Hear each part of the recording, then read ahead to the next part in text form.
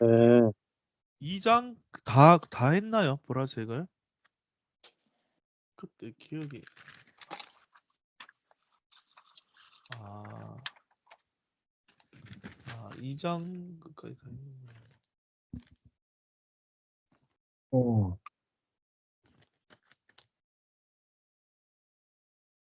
음.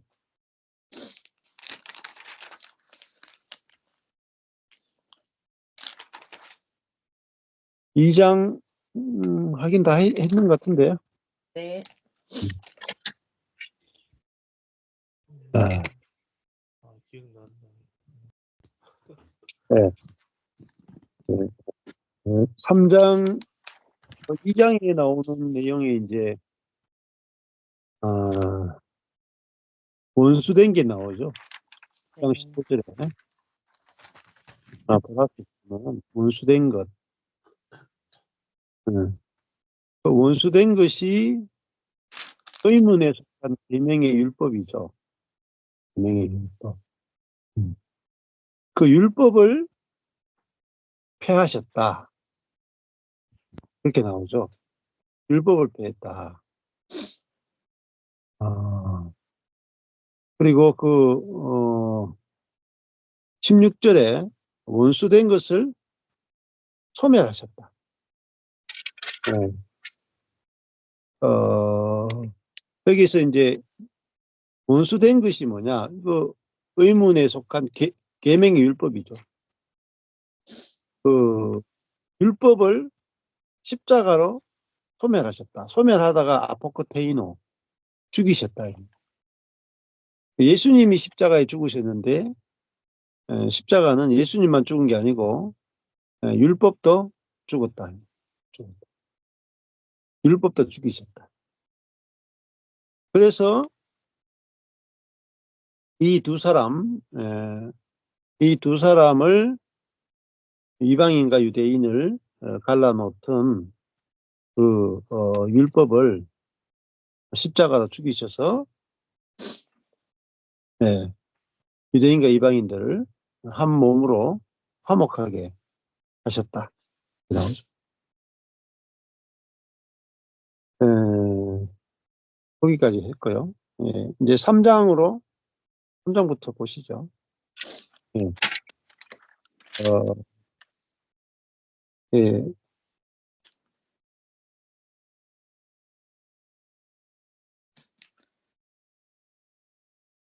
무슨 뭐가 나오죠? 3장부터 보라색 3장 5절에 예. 사람의 아들들에게. 예, 그렇죠.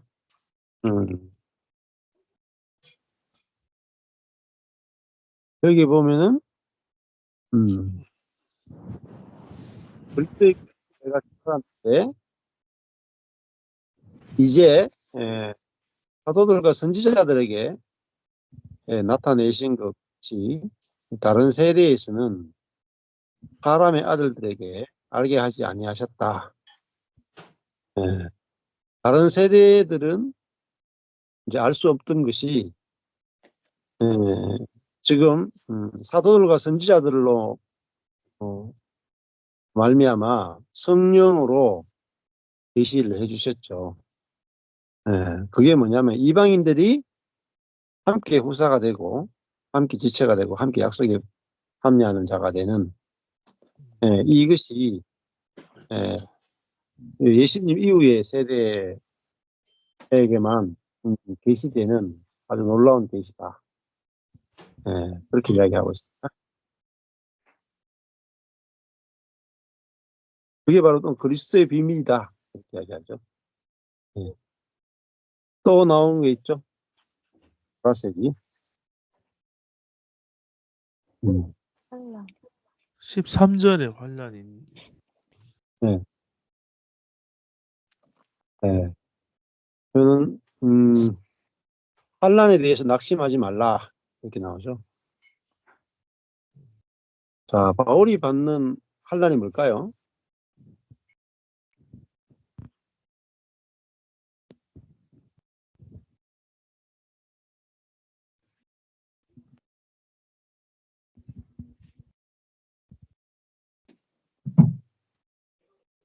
갇힌 거요? 예, 1절에 그렇죠. 보면 갇힌 1절에 예, 이방을 위해서 갇힌 갇혔죠. 음. 예. 음. 바울이 갇힌 이유는 이방을 위해서 갇혔죠.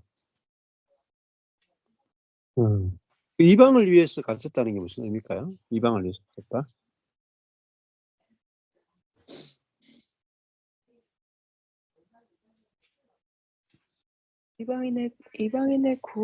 이방인에게 구원이 있다고 말함으로써 어, 갇힌 것. 그렇죠.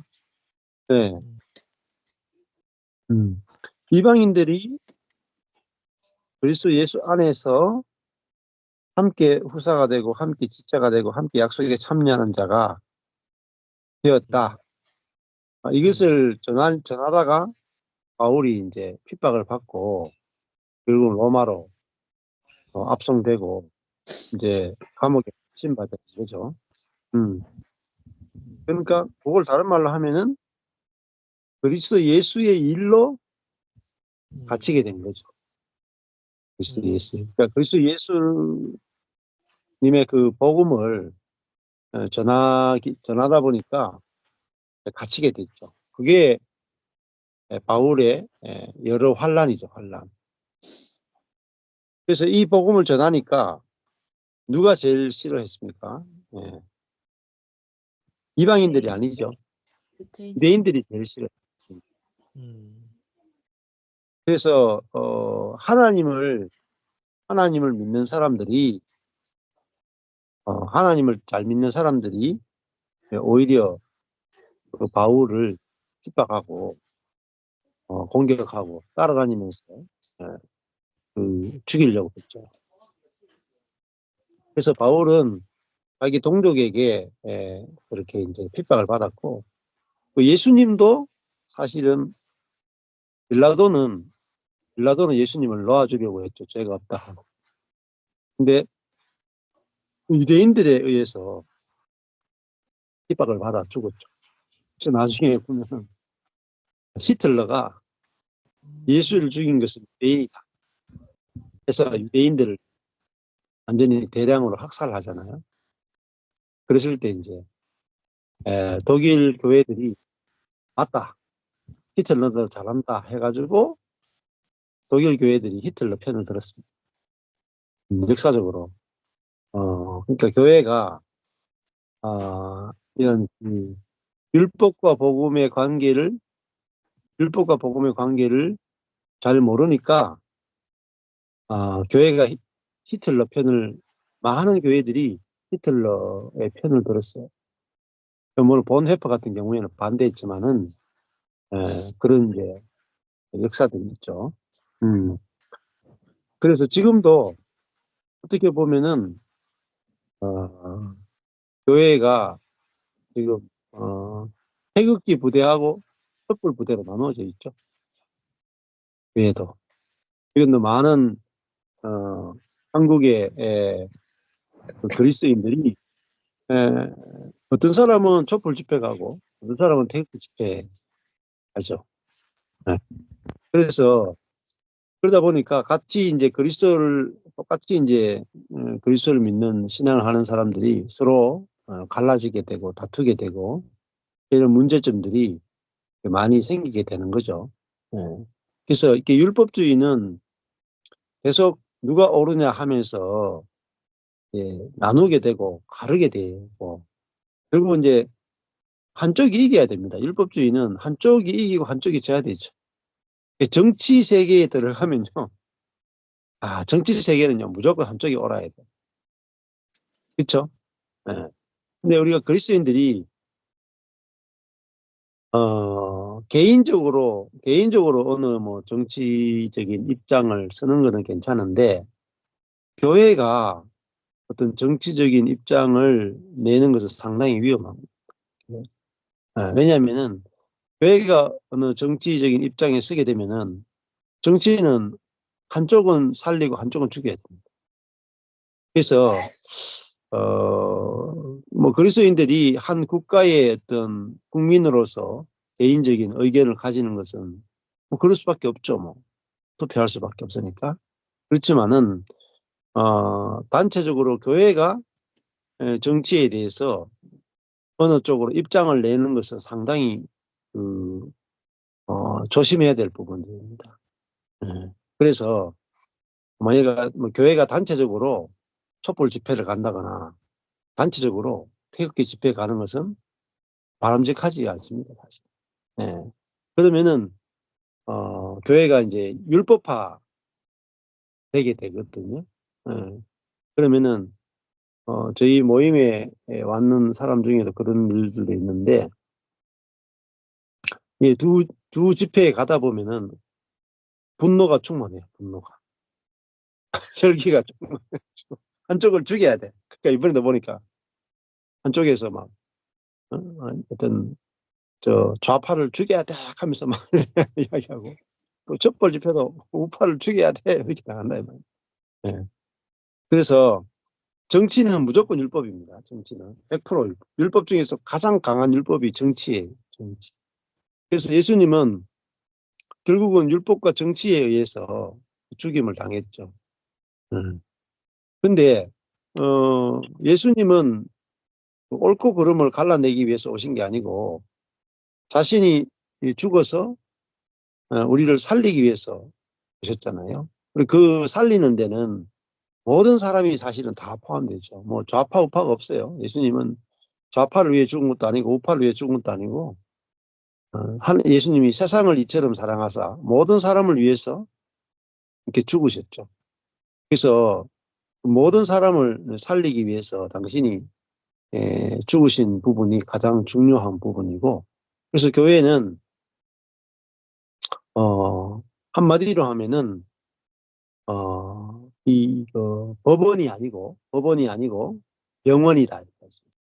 교회는 법원이 아니고 병원이다.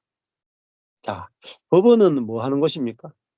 옳고 그름을 판결해 주는 것이고, 병원은 뭐 하는 것입니까? 치료해 줘. 병원은 옳고 그름이 없어요. 병원은 예, 무조건 살리는 쪽이 병원. 음. 이게 이제 너무너무 중요해요. 그래서 옛날에 뭐 그 드라마 있었죠? 무슨 돌담 병원인가 나오는 그 의사 나오는 드라마 있었어요. 그 드라마 보니까 아주 나쁜 놈이 깡패인가 조직 깡패인가 병원에 왔다 임마. 그러면 뭐 살인자가 이렇게 왜냐면 살인자가 이렇게 조직 깡패들이 싸우다가 칼 맞아가지고 막 서로 막 피 흘리고 막 그래. 어. 그럼 병원에서는 야, 니는 조직 깡패니까 안 살려주겠어. 니는 착한 일 했으니까 살리겠어. 이럴 수가 없어요. 의사들은 전쟁이 터지면 의사들은 좌파건 우파건 의사를 만나면 다 살려줘요. 왜냐하면 의사는 적군이 총에 맞아도 의사는 적군이라도 살려야 돼. 네. 아군도 살리고 적군도 살리는 게 의사예요. 의사는요, 직업이 딱 하나밖에 없어. 살리는 직업. 가려내면 안 돼, 의사는. 예수님께서 뭐라고 하냐면 나는 재판하러 온 것이 아니고 나는 살리러 왔다. 이렇게 말씀하셨거든요. 너무너무 중요한 말씀이에요. 예수님이 재판관으로 왔으면요, 거의 다 죽어야 돼. 살 사람이 한 명도 없어. 다 죽어야 돼. 근데 예수님께서는 재판관으로 온 게 아니고 의사로 오셨다. 의원으로 오셨으니까 예수님은 자기가 죽어서 우리를 살리러 오셨거든요.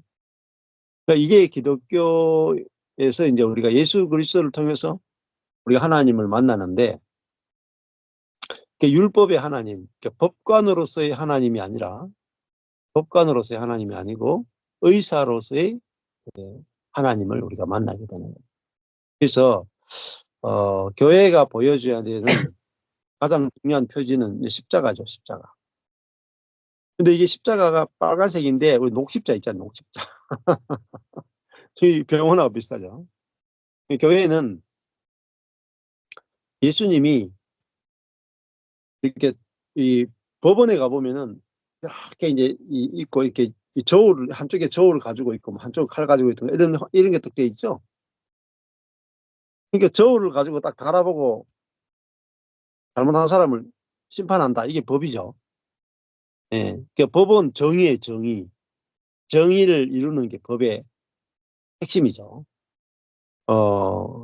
그래서, 아, 교회의 이미지가 법원이 되면 안 되고 병원이 돼야 돼. 그러니까 병원은, 사람들이 아프면 다 오잖아요. 다 오잖아요. 그래서 이게 굉장히 중요한 부분입니다. 근데 은혜의 복음은 살리는 거죠. 그래서 여기 보면은 원수된 것 2장에 원수된 것 율법이 뭡니까? 율법은 옳고 그름을 갈라내는 거죠. 그래서 이방인들은 땡. 너희들은 율법도 안 지키고 할례도 안 받았으니까 땡 탈락. 유대인들은 율법을 지키니까 합격. 그래서 유대인과 이방을 정확하게 갈라내 가지고 누구는 정결하고 누구는 정결하지 못하다를 갈라내는 게 율법이죠. 근데 그 율법을 예수님께서 십자가로 죽이셨죠. 죽이셨고 이제는 그리스도 안에서 이방인과 유대인들이 그들의 행위와 전혀 상관없이 복음으로 말미암아 그리스도 예수 안에서 함께 후사가 되고 함께 지체가 되고 함께 약속에 참여하는 자가 되었다. 이게 중요한 거죠. 그러면은 이제 율법이 아니고 복음으로 함께 후사가 되고 함께 지체가 되고 함께 약속에 참여하는 자가 된다. 자, 여기서 원래 이방인과 유대인들이 서로 14절에 중간에 막힌 담이 있잖아요. 중간에 막힌 담. 그 율법으로 말미암아 절대 하나 될 수 없는 게 이방인과 유대인입니다. 이방인과 유대인만큼 하나 될 수 없는 게 없어요. 아예 만나지를 못해요. 접촉하면 부정해져요. 율법에 의하면 접촉하면 안 돼요. 할례 받지 못한 사람이 집에 가서도 안 되고 그들과 접촉해서도 안 됩니다. 그게 율법이죠.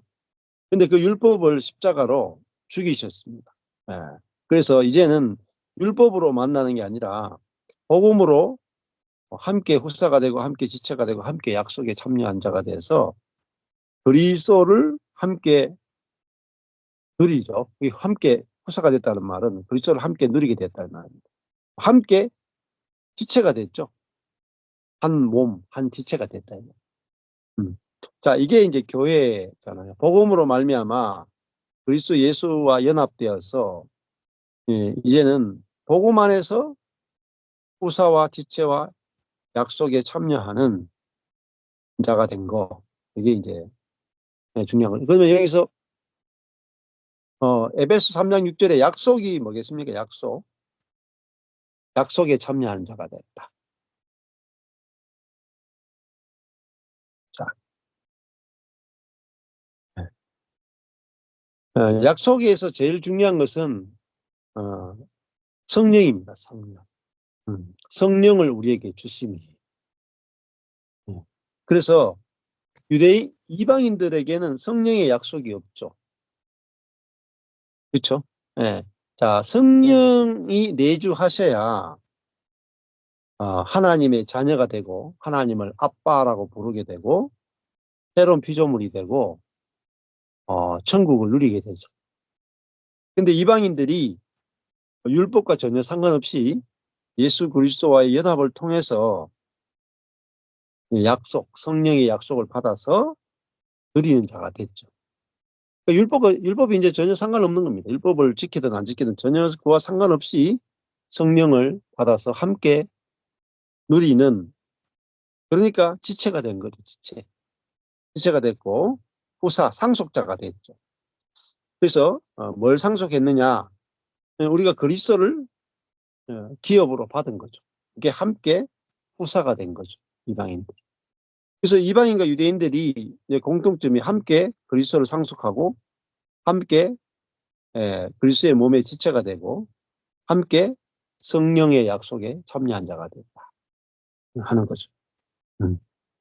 그러니까 우리가 옆에 있는 지체를 볼 때도 어떻습니까? 옆에 있는 형제 자매를 볼 때도 저 형제가 정결하냐, 정결하지 못하냐, 뭐 이런 게 중요한 게 아니에요. 그 율법이잖아요. 정결하냐, 정결하지 못하느냐, 할례를 받았느냐, 안 받았느냐, 율법대로 사느냐, 안 사느냐, 이걸로 우리가 하나 되는 게 아니고 그리스도 예수와의 연합을 통해서 우리가 함께 그리스도를 받은 자가 되었고, 함께 그리스도의 몸의 지체가 되었고, 함께 성령이 내주하시는 존재가 돼서 성령으로 사는 존재가 됐다. 그러니까 이미 되었죠. 이미 되었죠. 네. 이미 된 것이 보여야 우리가 이제 그게 누려진단 말입니다. 누려진다. 네. 자, 여기 우리 들어오신 분들이 뭐 교제를 한단 말이에요. 교제를 하는데 공통점이 뭡니까? 그러니까 지금 미국에 사시는 분도 있고, 한국에 사시는 분도 있고, 남자도 있고, 여자도 있고, 또 목사도 있고, 평신도도 있고, 다양하죠. 교단도 다를 거고, 성격도 다른데, 우리가 만나서 교제하는 것은, 우리는 뭐 비슷한 생각을 가지고 있다. 비슷한 신앙을 가지고 있다. 서로에 대한 호감을 가지고 있다. 이걸로 만나는 게 아니죠. 그게 아니고, 함께 후사가 됐다. 함께 지체가 됐다. 함께 약속에 참여하는 자가 됐다. 이걸로 우리가 교제한단 말입니다. 그래야 진짜 교제가 이루어지는 거죠. 음. 네. 그렇게 이제 보시면은 좋을 것 같네요. 3장은 다 정리가 됐죠. 네. 자, 오늘 이제 우리 모임을 했는데, 한 분이 이제 간증을 이렇게 하셨어요. 간증을 하셨는데, 아주 다들 그냥 충격을 받았어요. 무슨 간증하시냐면은, 내가 그리스도와 함께 죽었고, 내 안에 그리스도가 산다. 내가 그리스도와 함께 죽었다. 이제는 내 몸 안에 그리스도가 산다. 이걸 이제 이야기를 한 거죠. 주변 사람들한테 이야기하고, 남편한테도 이야기를 했습니다. 그러니까, 여러분, 음, 내가 죽고 그리스도가 산다 잘못 이야기하면요, 뺨 맞아요. 왠지 아세요?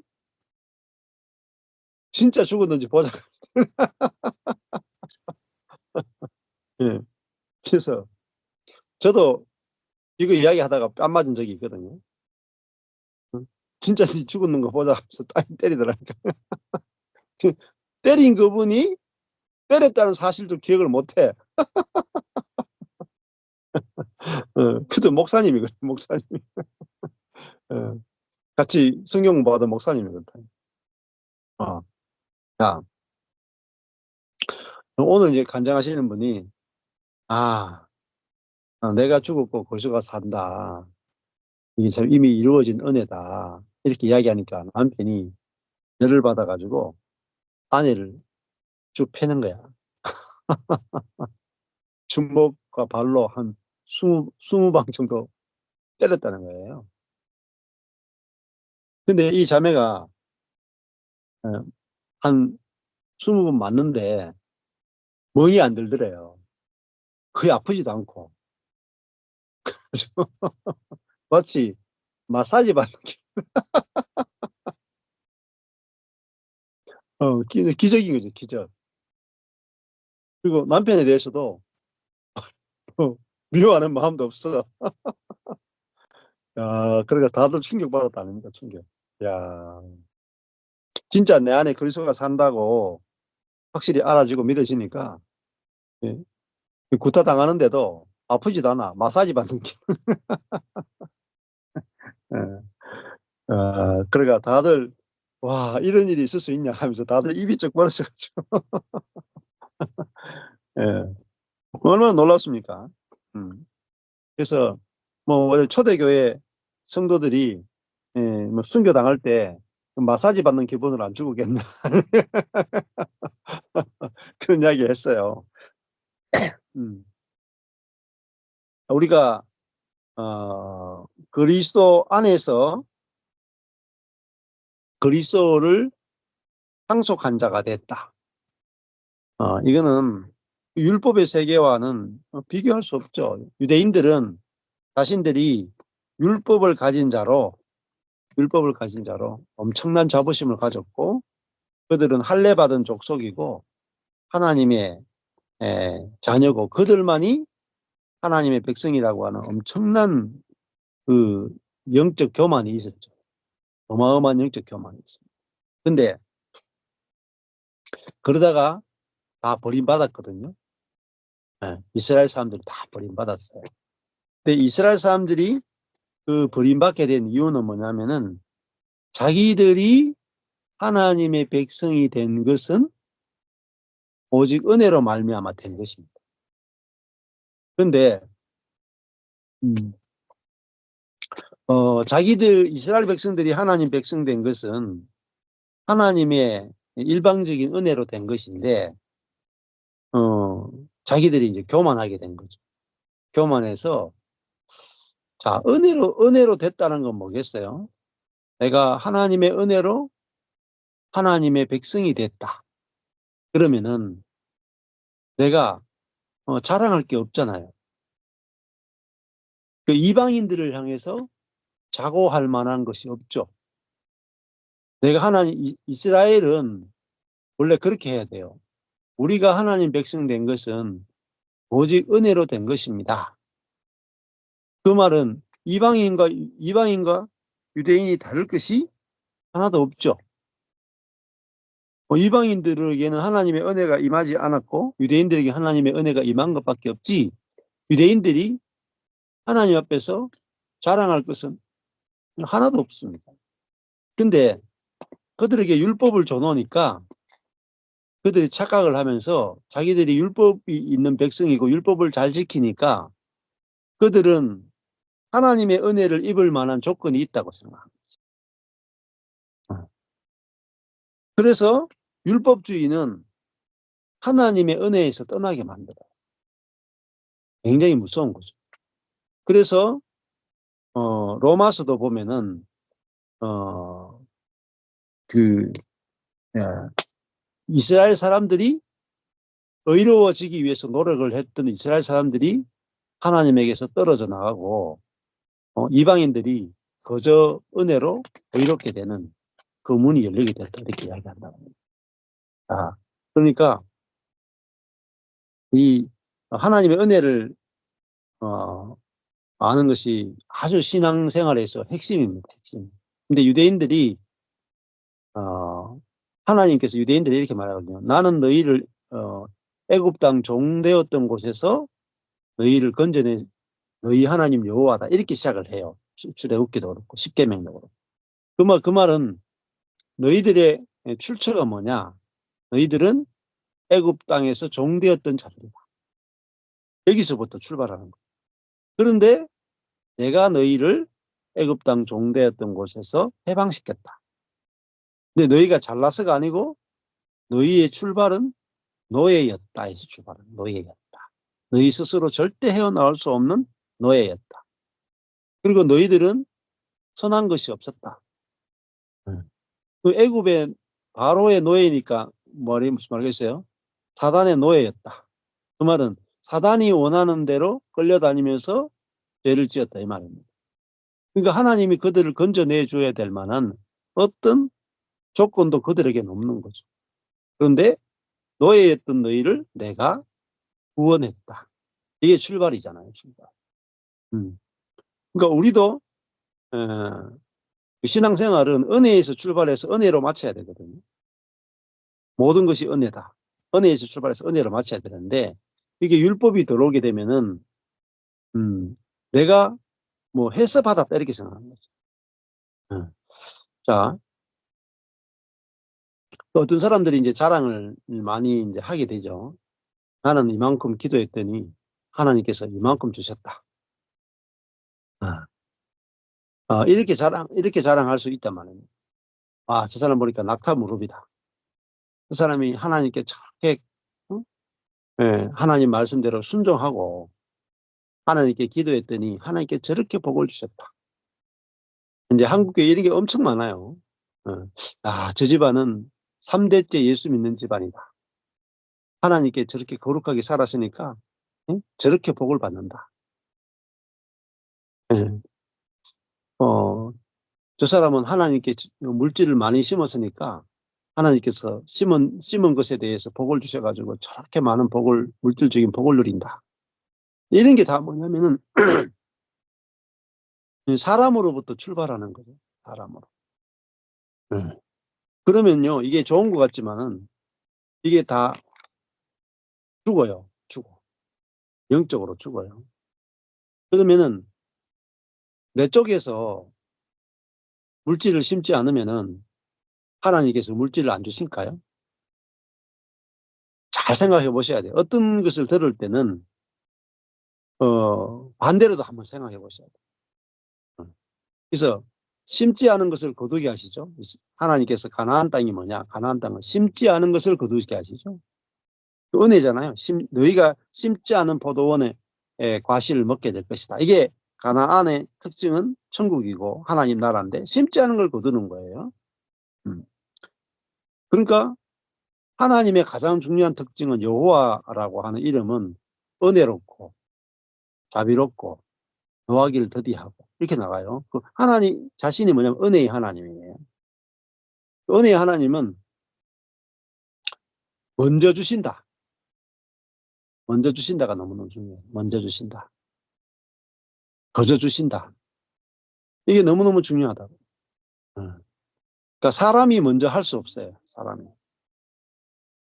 그래서 이 로마서에서 예, 예를 들면 로마서에서 그 중간에 갈라지는 부분이 11장 끝부분이죠. 11장 끝부분에 로마서가 A, B, A로 나누어지는데 끝부분 로마서 11장 35절에 누가 주님께 먼저 드려서 갚으심을 받겠느냐. 요 말이 로마서 전반부 후반부를 갈라내는 말이에요. 사람이 하나님께 먼저 드려서 갚으심을 받을 수 없다. 이게 로마서 전반부의 결론입니다. 로마서 1장부터 11장까지 결론이 뭐냐면은 사람이 하나님보다 먼저 시작할 수 없다. 그래서 로마서가 1장부터 8장까지가 있고, 그래서 많은 그리스도인들이 로마서 1장부터 8장까지를 너무 중요하게 생각을 하죠.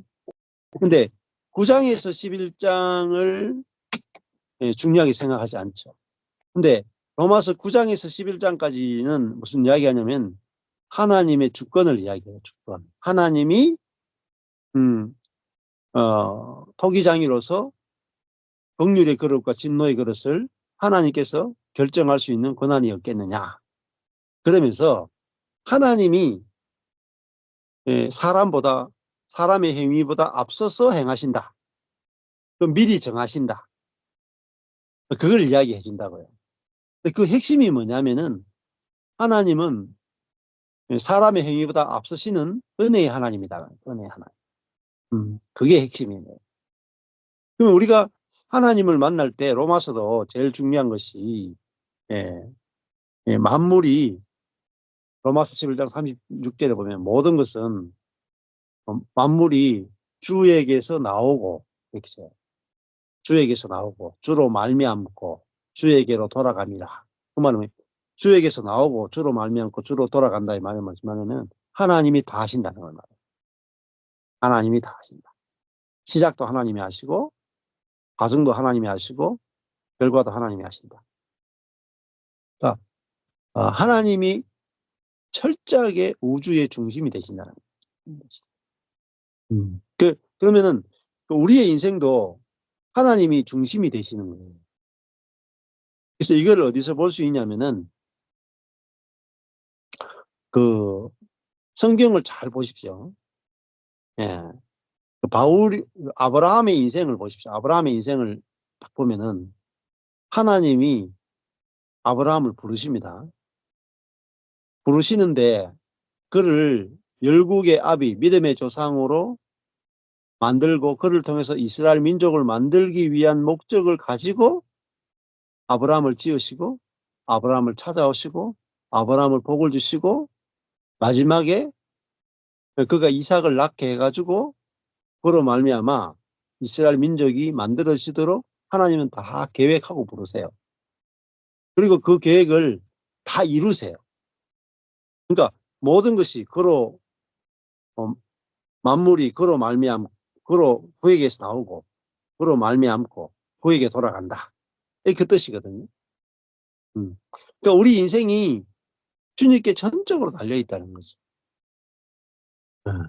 하나님이 우리를 귀히 쓰는 그릇으로 정해놓으면은 우리가 천히 쓰는 그릇이 될 수가 없어요. 우리에게 달린 게 아니라니까요. 그걸 그러면은 뭐 그거는 이제 사람 또 질문해요. 야, 그러면은 우리에게 결정권이 없네요. 하나님 마음대로 하네요. 그렇게. 근데 그런 질문이 나와야 될까요? 안 나와야 될까요?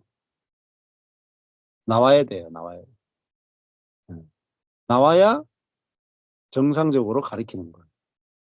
그래서 로마서 보면은 바울이 복음을 전하는데 그런 질문들이 많이 나왔기 때문에 거기에 대해서 대답을 막 해주고 있단 말이에요.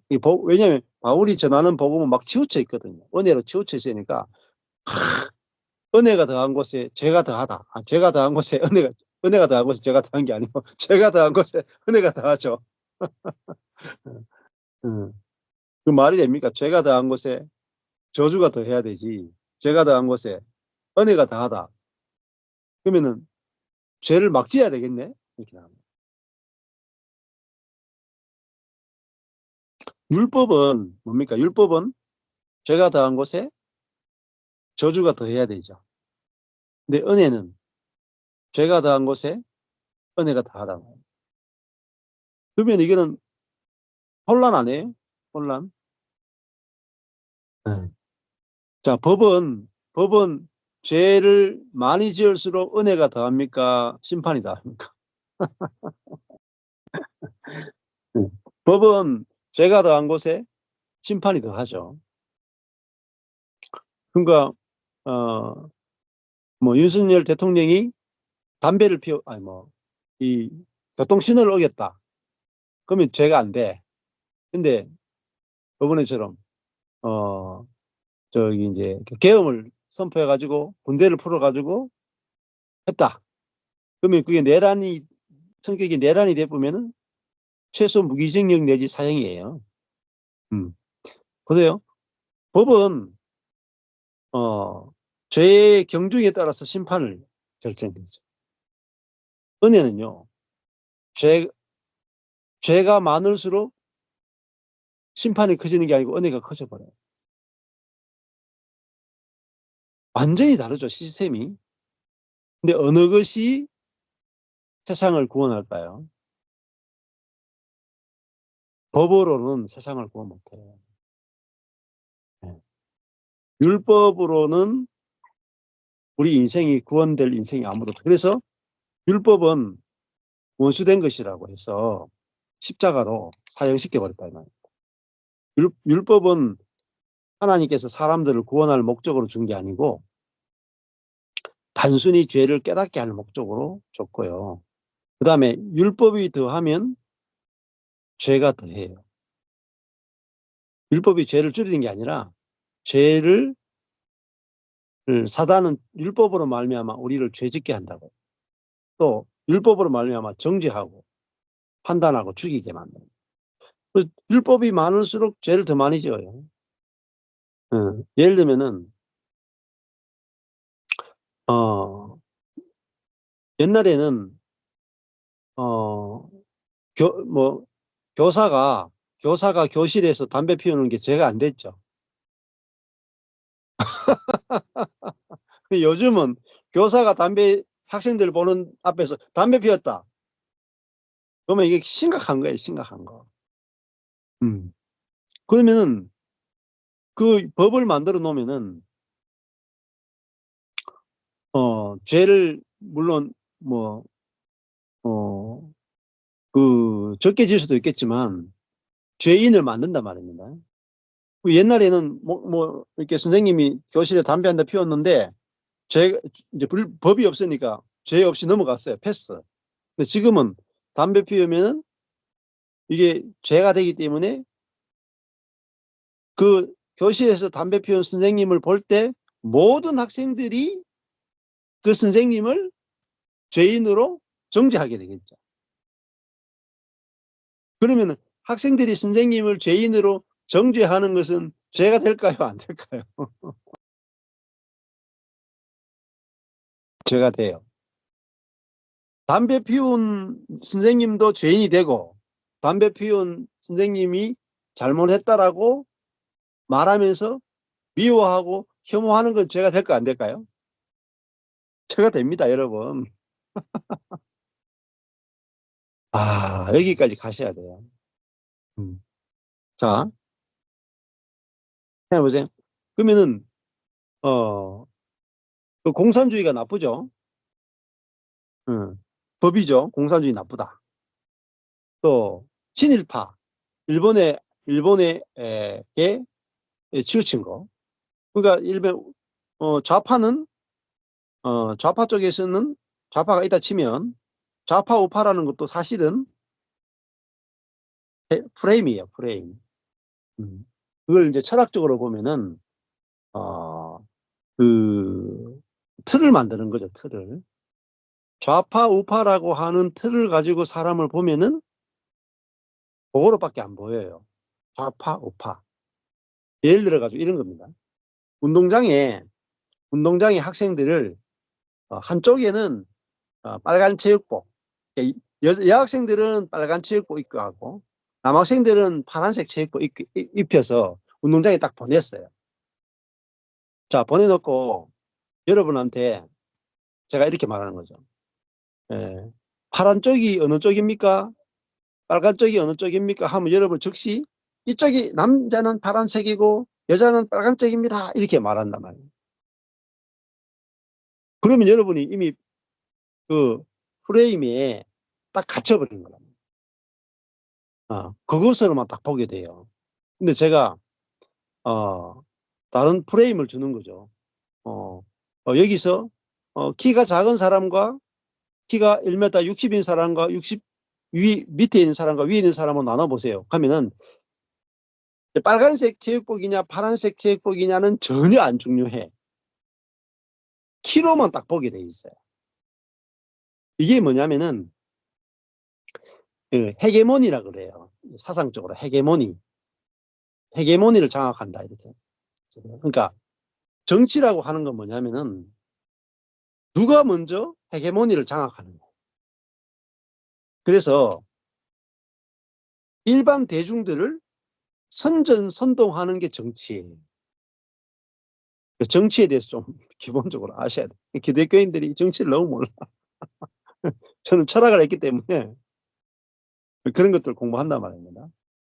그러니까 머리가 좋은 거죠. 정치하는 사람은 다 알아요.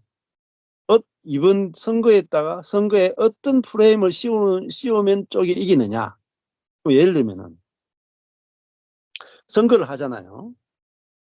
그러면은 야당 쪽에서는 무슨 프레임을 많이 씌우냐면은 자기들이 이기려면 국민들이 생각할 때 제일 중요하게 생각하는 게 뭐 경제 회복이다 막 치면은 이번 선거의 주제는 경제 회복을 시키느냐 못 시키느냐의 문제입니다.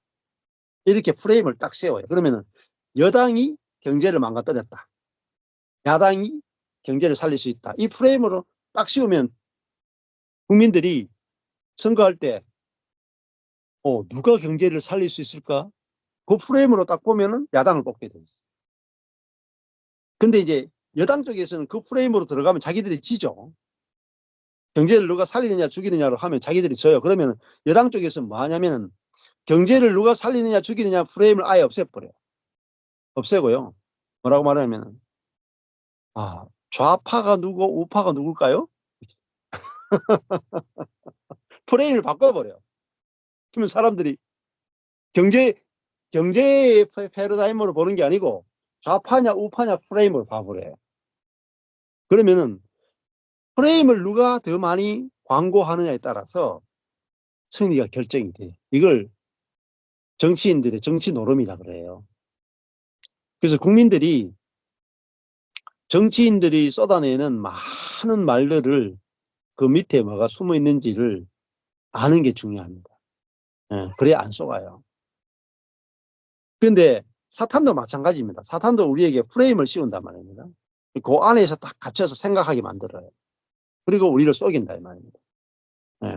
그래서 제일 중요한 것이 우리가 필요한 부분이 아는 거죠. 아는 거. 아는 것이 가장 중요해요. 그래서 에베소서가 이 아는 것에 대해서 너무너무 중요하게 말하고, 조금 전에 그 보라색도 원수된 게 뭐냐? 원수된 게 뭐냐? 응? 율법이다. 이렇게 정확하게 알려주는 거죠. 이게 알아야 안 속죠. 안 속고. 그래서 이 에베소 3장에도 보면은 끝부분에 가보면 3장 18절에 가보시면 나오죠. 능히 모든 성도와 함께 지식에 넘치는 그리스도의 사랑을 알아. 그 넓이와 길이와 높이와 깊이가 어떠함을 깨달아. 하나님의 모든 충만하신 것은 너에게 충만하게 하시길 구한다. 이게 이제 에베소서 전반부의 결론이죠. 자, 이 결론에서 가장 중요한 게 뭐냐면은 지식, 알아, 깨달아. 이게 제일 중요해요. 자, 하나님의 모든 충만하신 것으로 충만한 삶을 누리는 데 있어서 가장 중요한 게 뭐냐면 그리스도의 사랑을 알고 깨닫는 거죠.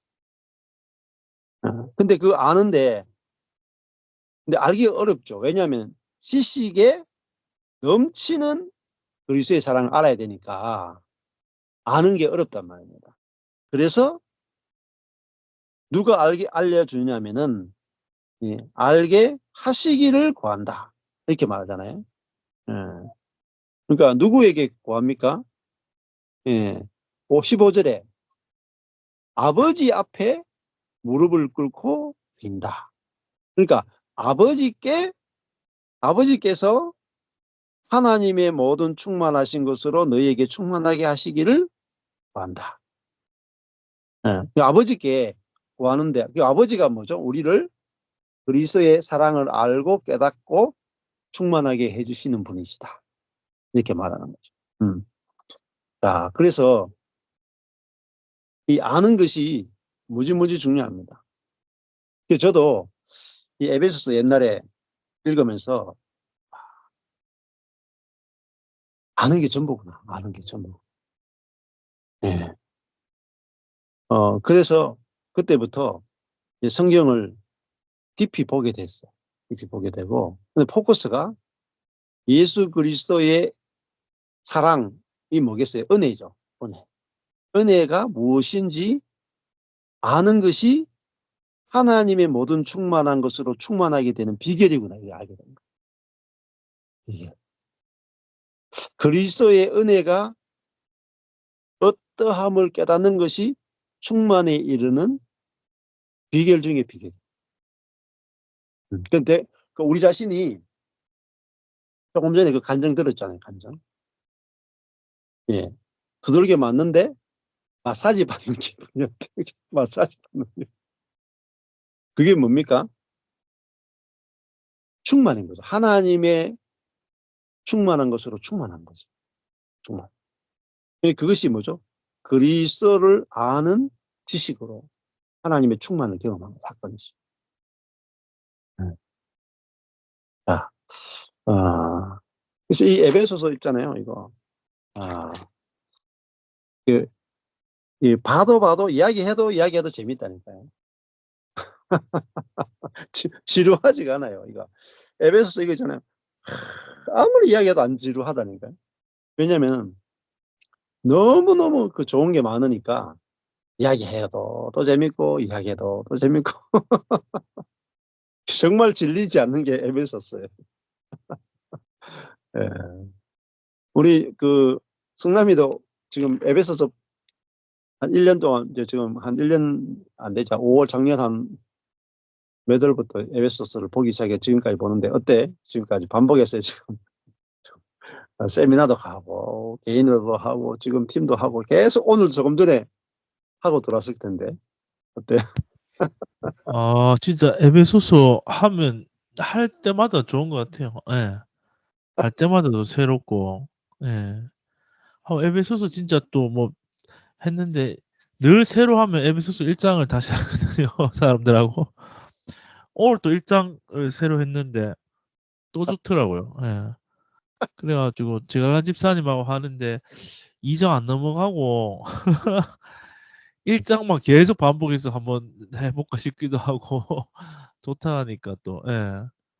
또 다 좋아요. 아니, 에베소스는 진짜 좋다. 계속 보니까 좋고 오래 많이 보니까 이게 딱 이렇게 머릿속에 점점점 이렇게 새겨진데 계속 그때 할 때마다 좋은 것들 새로운 게 계속 나오고.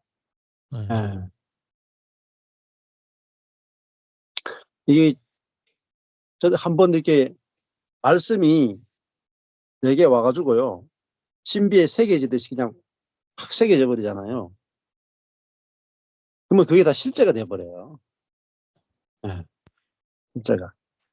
예. 여기 이 말씀 이 에베소서 말씀 가운데 저한테 막 완전히 그냥 새겨지듯이 온 말씀들이 너무 많거든요. 그러면 그만큼 풍성해집니다. 말씀이 그냥 말씀 자체가 마음이 돼버리면은 막 그것들이 너무너무 풍성해지는 거예요. 다 경험되고 실제가 되어지고. 예. 그래서 에베소서 시작이 1장의 1절에 시작이 주 예수 그리스도의 은혜와 평강이 너에게 있을지어다로 시작했죠. 에베소서 마칠 때 주 예수 그리스도를 변함없이 사랑하는 모든 자에게 은혜가 있을지어다 했죠. 그러니까 에베소서 시작부터 끝이 다 뭐냐면 주 예수 그리스도의 은혜로 시작해서 주 예수 그리스도의 은혜로 끝나버려요. 빌립보서는 안 그럴 것 같습니까? 빌립보서도 시작할 때 주 예수 그리스도로부터 은혜와 평강이 있을지어다 하고 마칠 때 주 예수 그리스도의 은혜가 너희에게 있을지어다 끝나요. 그러니까 사도 바울의 모든 서신의 핵심은 뭐냐면은 인사말에 들어있어요. 인사말에. 출발에 들어요. 출발에 주 예수 그리스도의 은혜가 너에게 있을지어다로 출발해서 주 예수 그리스도의 은혜가 너에게 있을지어다로 항상 끝나요. 그 말을 하고 싶은 거예요. 그 말을. 주 예수 그리스도의 은혜를 너희가 알기를 원한다. 주 예수 그리스도의 사랑을 알기를 원한다. 그게 중간에 가면 에베소 중간에서 주 예수 그리스도의 사랑을 알아. 맞죠? 이 사랑을 알아가 은혜를 알아와 똑같아요. 주 예수 그리스도의 은혜를 알아. 그 은혜의 넓이와 길이와 높이와 깊이가 어떠함을 깨달으면 그리스도가 어떤 분이냐? 하나님의 충만이다. 하나님의 충만이신 그리스도. 아, 미칩니다. 미쳐. 하나님을 이 가물에 콩나듯이 경험하는 사람. 이 목이 마른데 콜라 한 잔 마시듯이 경험하는 많은 성도들이 왜 그러냐면 예? 하나님의 충만이신 그리스도를 통해서 하나님을 경험하는 게 아니라 기도나 예배나 묵상이나 생각이나 영성으로 하나님을 경험하기 때문에 충만이신 하나님의 충만을 경험 못해요. 충만한 경험이 안 돼. 충만. 그냥 아이고 그냥 여름에 아주 목마른데 그냥 물 생수 한 컵 들이켜야 되는데 그냥 그냥 이렇게 수건에 물 묻혀가지고 혀에 딱 하나님을 경험하는데 그 수준으로 경험하는 사람이 대부분입니다. 넘치게 경험하는 사람이 없어요. 그래서 저는 진짜 갈라디아서 2장 20절을 딱 하나 깨닫게 해주시고 나니까 하나님을 밖에 계신 하나님을 경험하는 게 아니고 하나님이 내 안에 들어오셔가지고 하나님 자신을 충만하게 경험하는 거예요. 넘치게 경험하는 거예요. 한번 생각해 보세요. 이 피조물 안에 하나님이 들어오셨어요. 넘치죠? 이 개미 안에 코끼리가 들어왔어. 넘쳐요, 안 넘쳐요? 아, 참. 근데 이게 그리스도를 모르면은 내 안에 오신 그리스도를 모르면은 하나님을 모르는 것과 똑같아요. 야, 하나님의 예, 충만, 그죠? 그리스도의 사랑을 아는 것이 하나님의 모든 충만하신 것으로 충만하게 되는 비결입니다. 예, 이게 포인트예요, 포인트. 그러니까 아까 전에 내가 죽고 사는 체험을 했던 그 자매가 맞아도 마사지 받는 기분을 느끼니까 그건 뭐죠? 충만이죠. 행복해 죽겠다는 거예요. 행복해 죽겠다. 근데 그 남편을 보는데 어, 이쁜 거야. 사랑스러운 거야. 이게 뭐예요? 충만해요. 미움을 이겨버려요. 행위를 넘어서 버려요. 얼굴이 해같이 밝았다는 거예요. 너무너무 행복한 거예요. 너무너무. 네. 그러니까 우리가 하나님을 경험하는데 충만하게 경험할 수도 있고 부족하게 경험할 수도 있고 스치듯이 경험할 수도 있고 그림으로 보듯이 경험할 수도 있고. 근데 누구는 왜 그렇게 충만하게 경험하고 누구는 왜 그렇게 목마르게 지금쯤 경험하느냐 하면은 그리스도의 은혜를 아느냐 모르느냐로 나눠집니다. 딴 것으로 기도를 얼마나 많이 하느냐 상관이 없어요. 예배를 얼마나 많이 들으냐 상관없고 얼마나 거룩하게 사느냐도 상관이 없어요. 하나님을 얼마나 많이 묵상하느냐도 상관이 없어요. 24시간 주님을 생각하느냐 상관없어요. 오로지 뭐죠? 그리스도의 사랑을 주 예수 그리스도의 내주하시는 은혜가 그리스도 예수와 함께 죽고 함께 부활하고 함께 승천하고 그 은혜가 무엇인지 아는 만큼 충만하게. 이게 아주 핵심적인 부분이에요. 예. 그러니까 저는 옛날에는 예수님의 사랑에 대해서 이야기 좀 해주세요. 그러면은 정말 고통스럽다니까요. 고통스러워. 10분 설교하면 할 말이 없는 거야. 10분 설교하고는. 그럼 지금은 그냥 줄줄줄 나오는 거야. 줄줄줄. 왜 그러냐면 그거를 실제로 너무 많이 누리니까. 너무 많이 누리니까. 충만하게 누리니까. 할 말이 많은 거죠. 근데 누리지 못하면 할 말이 없는 거예요. 네. 이게 제일 중요한 겁니다. 중요한 거. 네. 어떠세요? 오늘 이 부분에 대해서 좀 나눔을 하면 좋겠네요. 오늘 들었던 이 충만에 대해서 그러니까 율법은 내가 주님의 말씀을 지켜서 내가 복을 받고 사랑받겠다는 거잖아요.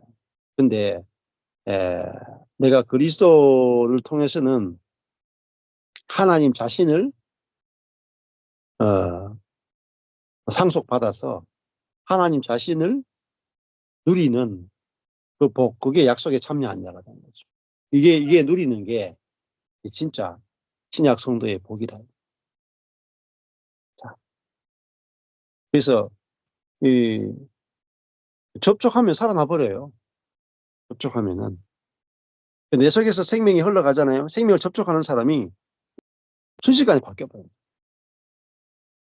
예, 어제 허 목사님이 간증을 했는데 그렇게 했죠. 자기 교회 허 목사님하고 만나는 분 중에 한 분이, 정확하게 누군지는 잘 모르겠는데, 그분이 이제 그 남편하고 지금까지 수십 년 살았는데, 너무 살기 힘들다는 거예요. 남편이 퇴근만 하면은 막 공포스럽다는 거예요. 아, 아. 남편이 문 열고 들어오는 소리만 들어도 가슴이 쿵쾅할 정도로 남편이 너무 힘들다. 근데 내가 죽고 예수가 사는 이 복음, 은혜의 복음을 들었고 나니까 그 남편이 내 눈으로 내 눈으로 보는 거하고 내가 죽고 예수의 눈으로 보는 게 다르게 보이더래요. 그러니까 내 존재가 달라진 거잖아요. 내가 사는 게 아니고 예수가 사니까 예수님의 눈으로 보이고 예수님의 마음으로 느껴지고, 그러니까 남편이 다르게 보일 수밖에 없죠. 그러니까 남편이 온전해 보이고, 남편이 온전해 보인단 말입니다. 그전에는 내가 왜 괴로웠냐면 저 인간 때문에 내 인생 조졌다 이렇게 했다 이 말입니다. 분명히 이 인간이 문제가 굉장히 많은 인간이어서 남편이. 근데 내가 죽고 그리스도가 사니까 그리스도의 눈으로 보니까 온전한 거라. 그러니까 어떤 일이 벌어졌겠어요? 내가 이 온전한 남편을 두고 지금까지 내가 잘못됐다고 욕하고 살았거든요. 이 인간에게 문제가 됐다고 내가 지금 수십 년 동안 속고 사는 거죠. 그리스도의 눈으로 보면 이 인간이 온전한 인간인데 내 눈으로 보니까 이 인간이 문제가 엄청 많았다 이 말입니다. 그래가지고 그 자매가 남편 앞에 가가지고 자기도 모르게 그런 말 했다 하잖아요. 응? 네. 나 같은 여자 데리고 살아줘서 고마워.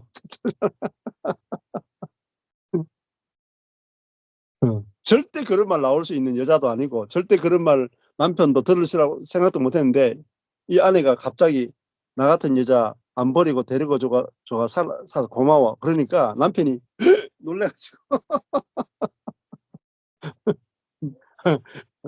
아내를 안아주더라고요. 그날 이후로 남편이 바뀌어 버렸어요. 이전과 같은 남편일 수 없다. 자, 그 남편의 행위를 보고, 옛사람을 보고, 그 사람을 보고 잘못됐다고 비판하고 정죄하고 할 때는 그 사람이 나타났죠. 상대방에. 그 사람이 저 사람이 그 사람을 접촉하면 그 사람만 만져요. 네. 근데 내 안에 있는 그리스도가 상대방을 보니까 온전하죠. 온전하게 보인단 말입니다. 그래서 그 내 안에 있는 그리스도의 마음이 상대방한테 가서 나 같은 사람 데리고 살아줘서 고마워. 이거는 아내의 고백이 아니고 아내 안에 있는 그리스도의 고백이란 말입니다. 그러니까 그리스도의 마음이 남편에게 접촉되는 순간에 죽었던 남편이 살아났던. 그게 그리스도의 사랑이고 그리스도의 은혜예요. 내 안에 살아주시는 거잖아요. 새 생명으로 살아주시는 은혜. 이게 어마무시한 거예요, 이거. 어마무시하다니까. 어마무시한 일이 그냥, 그래요. 한마디로 인생이 확 달라져 버려요. 여기 이제, 이천에 살고 계시는 김병분이라는 자매가 있어요. 그 자매님의 어머니 치매 영상을 제가 올렸잖아요. 치매 영상. 그 영상이 어떻게 나오게 된 줄 아세요? 저도 기억을 잘 못해. 저도 제 입에서 무슨 말이 나왔는지 기억이 안 나요. 근데 그 자매가 저한테 이제 처음에 전화가 와가지고, 내 어머니가, 치매 걸린 어머니가 계신데, 어머니 때문에 내가 너무 모시고 살았는데 너무 힘들고 너무 스트레스 받아가 내가 병원에 입원해야 될 상황이다. 이렇게 전화가 왔어요. 제가 그때 무슨 이야기 했느냐면은 그 자매가 간증을 하더라고요.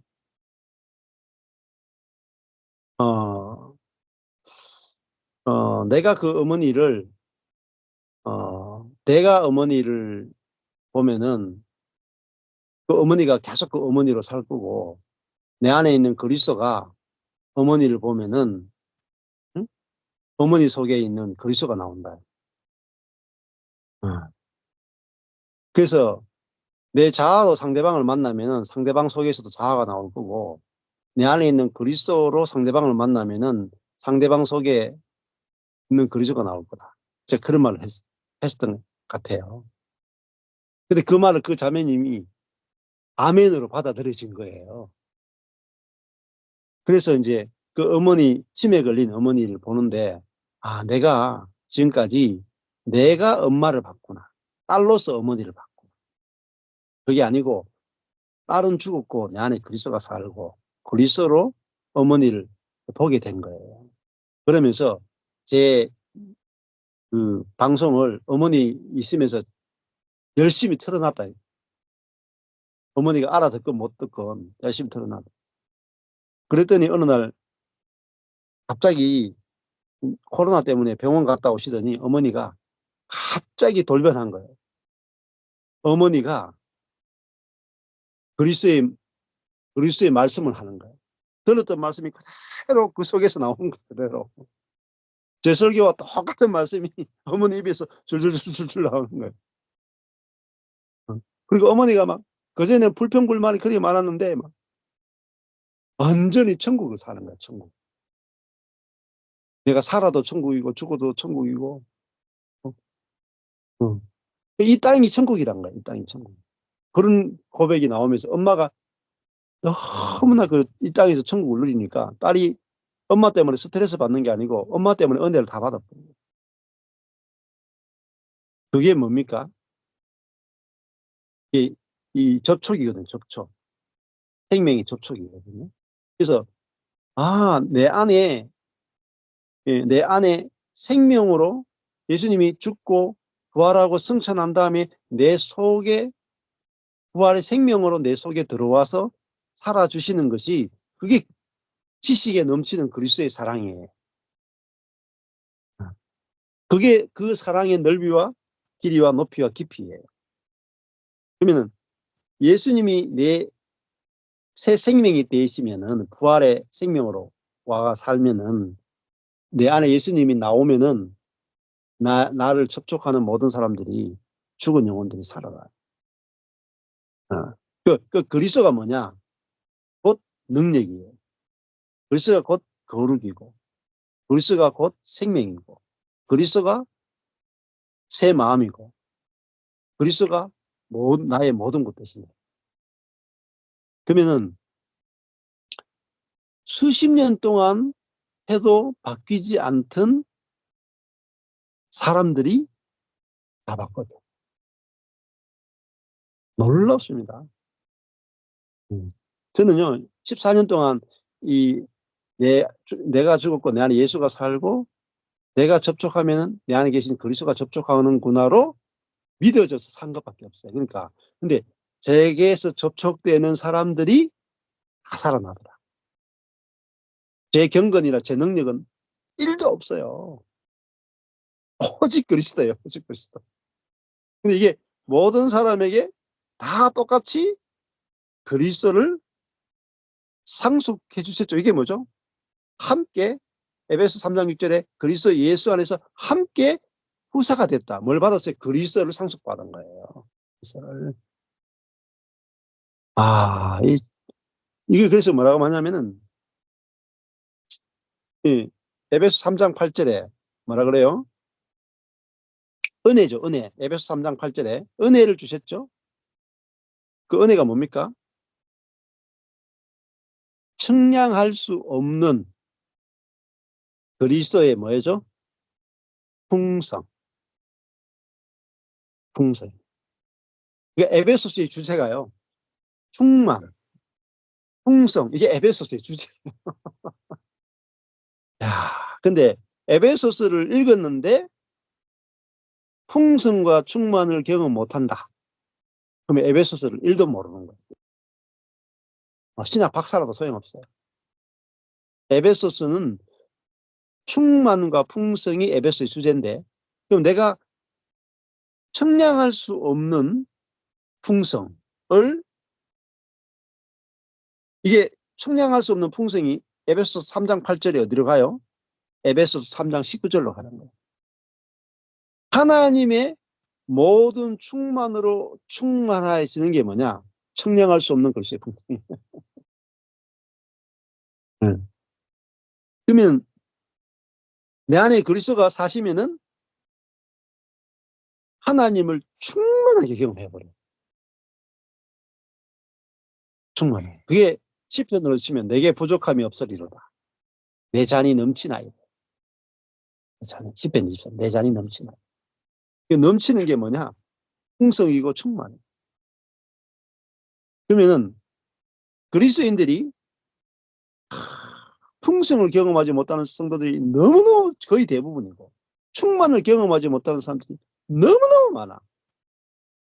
그러니까 제가 장사가 되겠습니까? 안 되겠습니까? 복음 장사가 잘 돼요, 여러분. 왜? 풍성과 충만을 전하니까 복음 장사가 잘 될 수밖에 없죠. 은혜의 충만과 풍성을 전하는데, 근데 이게 내가 누리지 않으면 못 전해요. 내가 누리지 않으면 이게 보이지도 않아요. 이게 글자밖에 안 보이지. 이 글자 이면에 있는 실제의 세계가 안 보인다는 겁니다. 실제의 세계가 알아져야 이걸 좀 누리죠. 네, 우리 승남이가 이제 작년에 맛을 보기 시작한 거야. 이제 시작이야, 시작. 시작. 네. 그죠? 예. 근데 아직 이제 초입인데도 이만큼 좋다니까요. 시작 단계인데도 너무 좋다. 다 알 수 없어요. 다 헤아릴 수 없어요. 너무 풍성해가지고. 제가 14년 동안 해도 같은 이야기 또 하고 같은 이야기 또 하고 14년 동안 같은 이야기 해도요. 야, 이 곰탕을 끓이는데 이게 갈수록 더 좋은 게 나와. 아, 어. 왜냐하면은 충만은 이거 풍성이기 때문에. 그러니까 청량할 수 없기 때문에 그래요. 율법의 세계는 다 청량이 가능해요.